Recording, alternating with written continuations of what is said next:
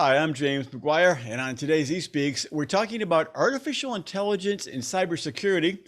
We've clearly come to the point where AI is an absolute necessity in cybersecurity. To discuss the trends in this market, I'm joined by Dhiraj Sharan, founder and chief executive officer of Query.ai. Dhiraj, very good to have you with us today. James, very happy to be here. So let's talk about cybersecurity. You've mentioned that relying on artificial intelligence for automated detection and response can be risky, which is interesting because I think a lot of companies and deployments do. Why do you think that's risky? Yeah, see, the challenge with AI and cybersecurity is that it's really complex to automate, detect, and take response using AI in the scenario of cybersecurity.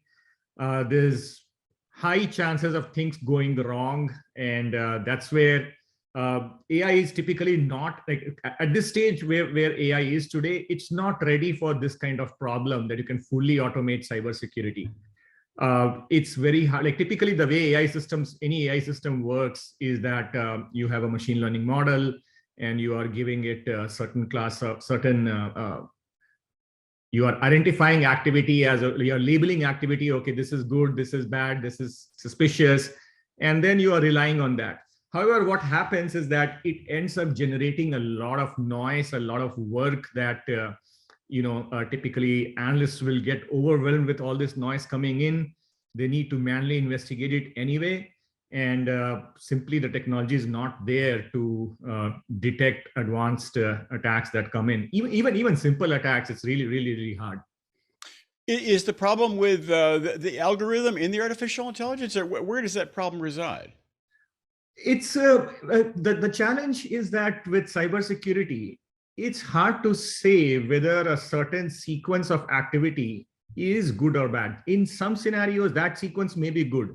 In some other scenarios, that sequence may be bad. I'll take an example. Let's say that you get an email from your colleague that has an Excel file with a macro in it. Now, is it good or is it bad? It really depends upon the scenario. Maybe you two are working in the finance department, you guys run spreadsheets and you need to run that. You need to do that. Your colleague is sending you something that is needed for your work. In other scenarios, it may be bad. It may be a malware coming in through that.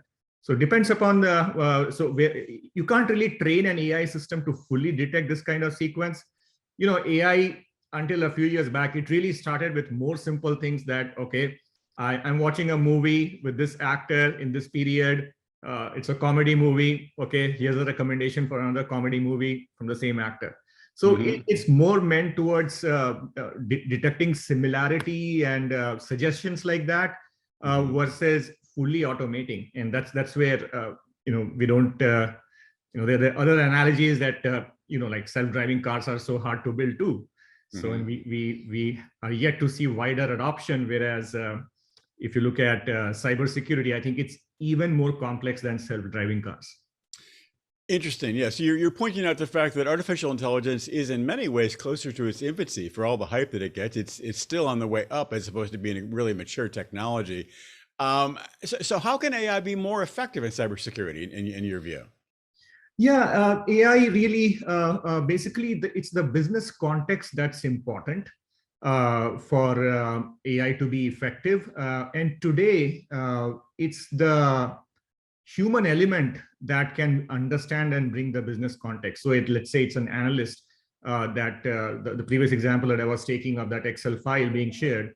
Let's say that alert comes through and then the analyst has to apply the business context, understand the business context, look at, okay, who is sending this to whom, what's the scenario, and it's a painful time-taking process for the analyst. So I would say the opportunity that's there is that how can you make this kind of like using AI for more for assistance versus full automation and full analyst replacement. I don't think that we are there, that the analyst can be completely replaced. It's the same analogy that the stage that if you look at self-driving cars there too, the stage that AI is there in cybersecurity is that you can get assistive AI today, where in your car analogy, you can have lane assistance, you can have a collision warning, but you are on the wheel. The human driver is on the wheel. So I think that we need to think from that context, that let's first use AI to assist the analyst versus trying to just like jump ahead and fully replace analysts.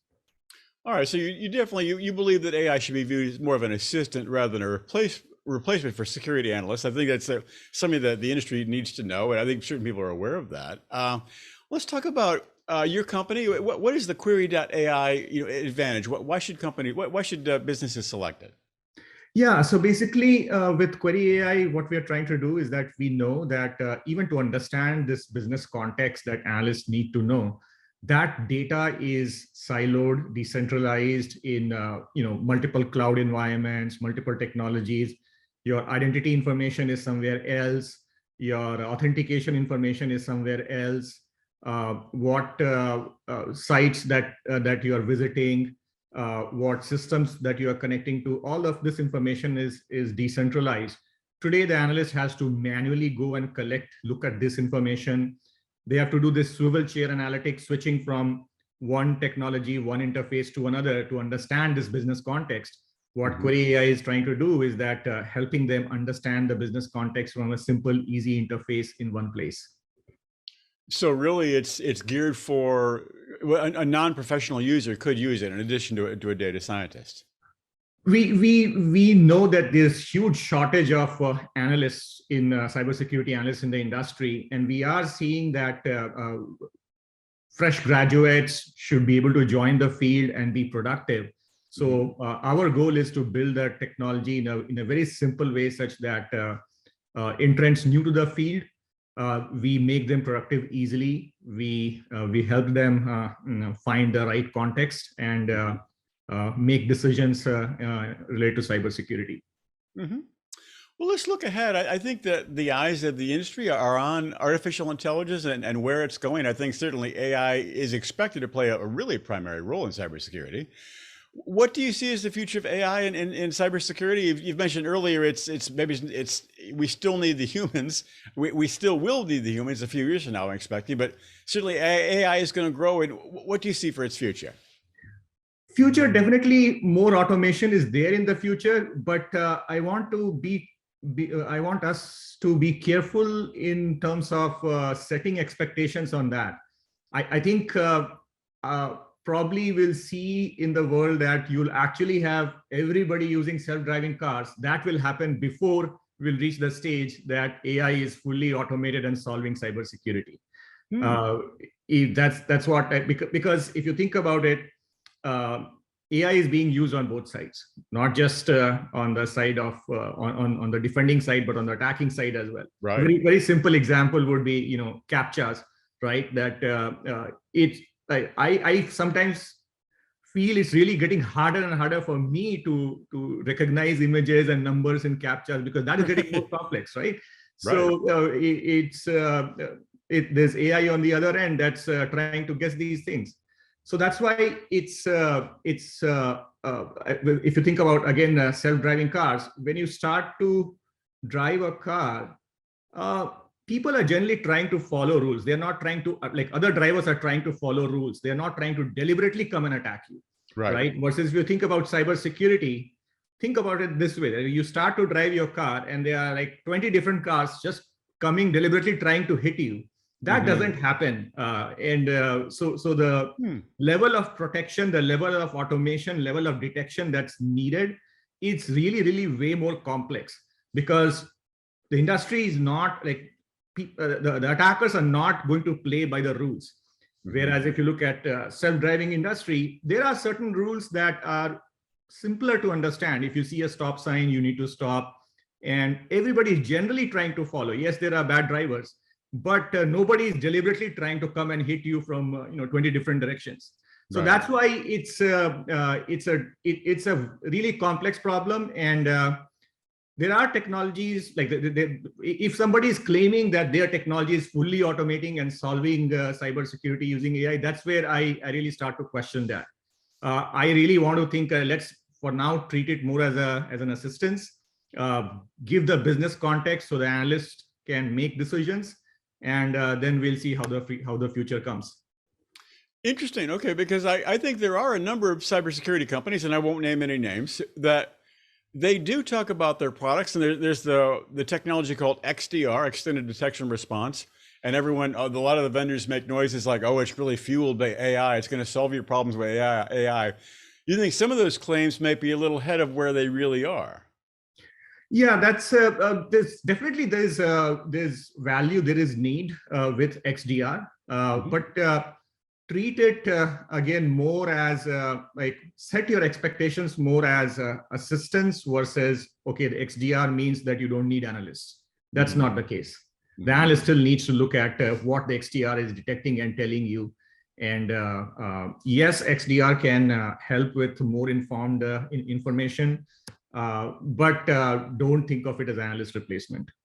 Dhiraj, it's I think you said it. It's fascinating.